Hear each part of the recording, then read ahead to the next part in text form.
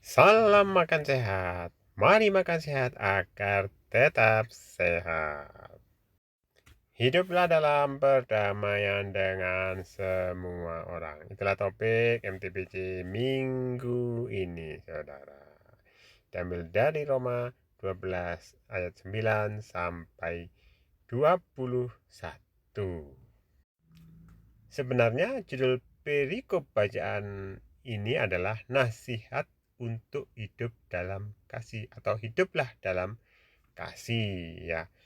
Nah, di situ ada banyak sekali nasihat-nasihat. Ya, ada lebih dari 15 nasihat.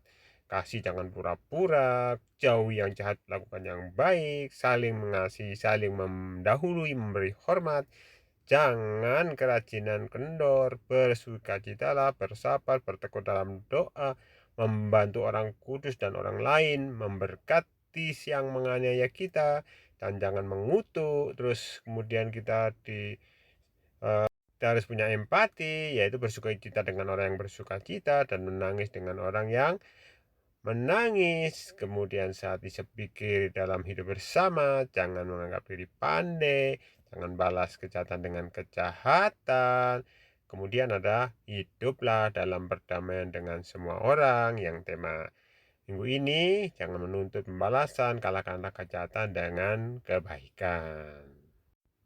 Nah, sebenarnya temanya itu hanya di satu ayat ini, ya, yang poin hiduplah dalam perdamaian dengan semua orang, saudara.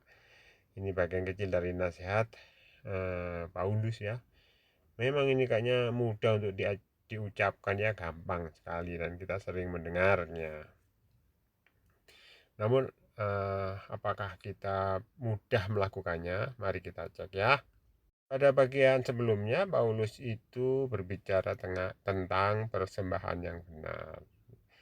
Persembahan yang benar itu bagaimana? Ya, di ayat 1 dijelaskan bahwa persembahan yang benar itu adalah mempersembahkan tubuh sebagai persembahan yang hidup. Jadi sebenarnya seluruh kehidupan kita, dari pagi, siang, malam, tidur pun itu kita persembahkan untuk Tuhan. Itulah yang berkenan. Tadi tidak memisah-misahkan hari Minggu, hari kerja, di kantor, di gereja, sama. Itu keseluruhan dipersembahkan untuk Tuhan. Itulah ibadah kita yang sejati. Ya, pada perikop sebelumnya Paulus bicara tentang itu. Kemudian dilanjutkan dengan nasihat-nasihat tadi. Itu adalah implementasi dari ibadah yang benar sebenarnya. Nah, coba kita bayangkan, hidup dalam perdamaian dengan semua orang. Ya, kalau kita masih belum sepenuhnya hidup dalam kasih dalam Yesus Kristus, mungkin kita akan mengalami banyak kesulitan untuk hidup dalam perdamaian. Ya, coba kita bayangkan, semua orang itu, ya semua orang, termasuk orang yang tidak menyukai kita, orang yang membenci kita, orang yang memusuhi kita, bahkan orang yang menipu kita, orang yang menyakiti kita, bahkan orang yang melawan kita. Kita diminta hidup dalam perdamaian. Bisa nggak, ya? Bisa, saudara. Asalkan kita punya mindset yang betul, kita hidup dalam kasih, jadi kita tidak ada kata benci kepada orangnya, ya.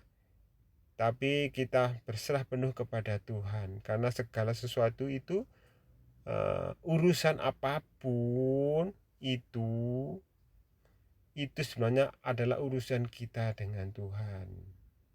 Tidak ada urusan dengan orang lain. Kalaupun kita melakukan sesuatu untuk orang lain, tapi urusan yang paling mendasar adalah urusan kita dengan Tuhan, hubungan kita dengan Tuhan. Itulah yang harus mendasari perilaku kita. Kalaupun orang membalas kebaikan kita dengan kejahatan, atau menganiaya kita, atau mengkhianati kita, itu urusannya mereka. Kita tidak boleh membalas. Kita serahkan semuanya kepada Tuhan, ya. Kita serahkan itu bukan berarti hati kita mengharapkan dia dapat balasan dari Tuhan. Tidak, saudara. Tidak seperti itu. seperti yang dijelaskan di ayat di bawah, saudara, kita baca ya. Nah, ini ayat 19-20 saya baca. Saudara-saudaraku yang kekasih, janganlah kamu sendiri menuntut pembalasan. Nah, sebenarnya pembalasannya karena kita disakiti, kita dirugikan, biasanya kita menuntut balas, ya. Tapi apa kata firman Tuhan? Jangan menuntut pembalasan, tapi berilah tempat kepada murka Allah.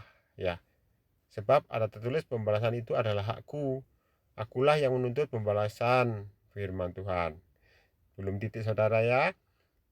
Seolah-olah kalau sampai titik di situ, kadang-kadang kita masih mengharapkan Tuhan membalas kepada musuh kita, membalas kepada orang yang menyakiti kita. Tidak, kita lanjutkan kepada ayat berikutnya, ayat 20.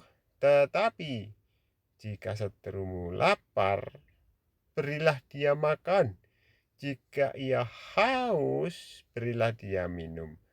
Dengan berbuat demikian, kamu menumbuhkan bara api di atas kepalanya. Nah, ini saudara.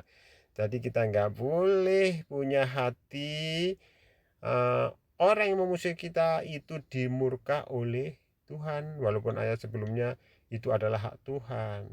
Kita nggak ada urusan dengan mereka. Urusan kita adalah dengan Tuhan. Ya, Tuhan Yesus memberkati saudara. Hiduplah dalam kasih Tuhan. Amin.